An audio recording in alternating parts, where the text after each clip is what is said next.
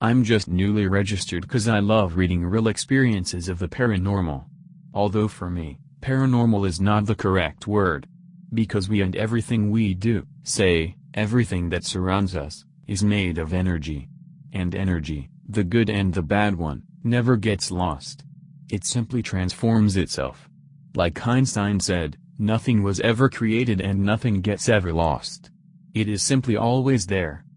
And that's why I never doubt if anyone's telling stories about ghosts, demons, spirituality etc. because it is a part of us. If the energy expresses itself as harmful or dangerous, it's difficult to deal with. Well, now I want to tell you one of my stories. This happened 10 years ago and I was working as a nurse in a hospital for old, helpless people. Most of them were constantly lying in bed, slowly dying, in a sort of a coma. I was on the night shift with a very dear female member of my team. We loved to work together. Imagine that we were the only two healthy persons in a house filled with 120 patients.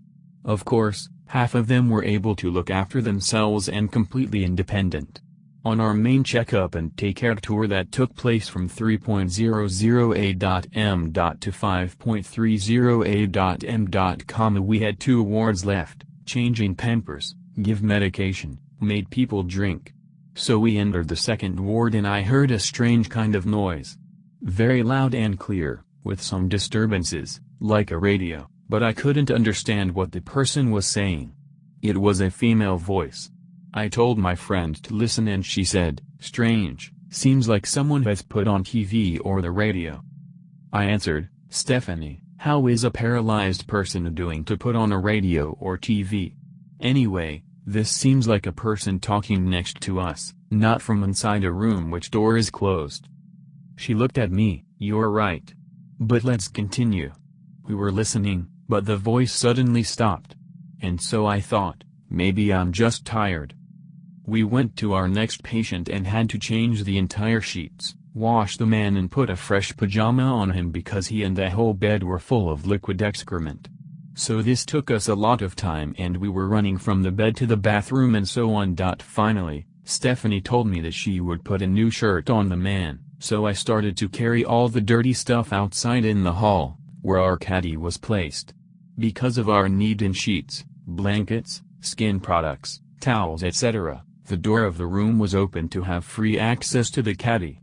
So I turned my back to my friend, and I heard her talking with the man, moving him etc. A sheet fell down on the floor while I was walking, so I had to go down to grab it from the floor. And the moment I took the blanket I looked through the open door into the hall. And I swear, a little old person in a white nightgown passed through the hall. It didn't touch the floor, it was like floating, completely silent. First, I thought, what the F? Stephanie was just now at Mr. D's bed. What is she doing in the hall? Remember that as nurses, we were dressed in white. The logic question that, if Stephanie would have left Mr. X, I would have seen her leaving the room, didn't come to my mind. I simply stood there like frozen. All this happened in seconds. I heard Stephanie's voice behind me, "Hey, what's going on? You want to carry that dirty sheets all night?" She laughed. I jumped and said, "Steph. But you were just outside in the hall?" "No, I was dressing and installing Mr. X. Remember? What's wrong? Your face is as pale as snow. You feel unwell? You need to throw up?" I put everything I had in my arms on the floor and ran into the hall. I still saw the apparition of the woman before she vanished through the wall. Steph came after me as I was standing there with goosebumps all over my body and trembling from terror and cold. We were in the midst of the summer, but I swear in the hall it was as cold as in a refrigerator. Steph said, "Wow. Why is it suddenly so cold?" She hadn't seen the woman. And I told her, "Don't ask me why I said this, we have to go downstairs. Mrs. Z has just died." Incredibly, she looked at me. "What? How will you know? We just looked after her, she was sleeping." "Steph, I swear, she is dead. I've seen her ghost passing through the hall." Confused, my friend followed me downstairs and when we entered Mrs. Z's room, it was a peaceful and warm atmosphere inside. In fact, She died a few moments ago. Her body was still warm.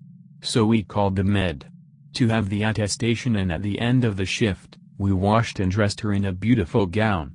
I was silent all the time. But Steph couldn't believe it. She was talking, asking me questions. At home, after work, I fell in my bed. I was not afraid anymore or scared, simply surprised.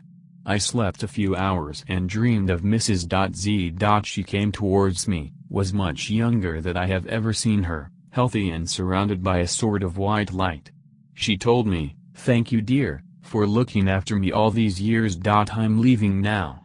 Much later, when I occupied my mind with events like this, I realized that the radio he heard at the beginning was an EVP of Mrs. Z. Hope you enjoy the story.